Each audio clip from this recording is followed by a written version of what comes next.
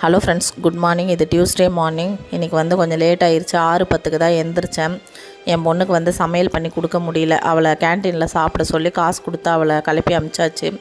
அதுக்கப்புறம் தான் லஞ்சு செய்ய ஸ்டார்ட் பண்ணேன். இன்றைக்கி மதியம் லஞ்சுக்கு வந்து லெமன் ரைஸும் உருளைக்கிழங்கு வறுவலும் தான். மார்னிங் பிரேக்ஃபாஸ்ட்டுக்கு வந்து என் பையனுக்கும் பொண்ணுக்கும் முட்டை தோசை ஊற்றி கொடுத்தேன். எங்களுக்கு வந்து கருப்பு கவுனி கஞ்சி தான் ரெடி பண்ணியிருந்தேன். உருளைக்கிழங்கு ஃப்ரைக்கு வந்து உருளைக்கிழங்கை கட் பண்ண அப்புறம் நல்லா தண்ணியில் ஊற வச்சு நல்லா அலசிட்டு அதுக்கப்புறம் உருளைக்கிழங்கை வானலில் சேர்த்தோன்னா எண்ணெய் குடிக்காமல் நல்ல முறுமுறுன்னு சூப்பராக வருது.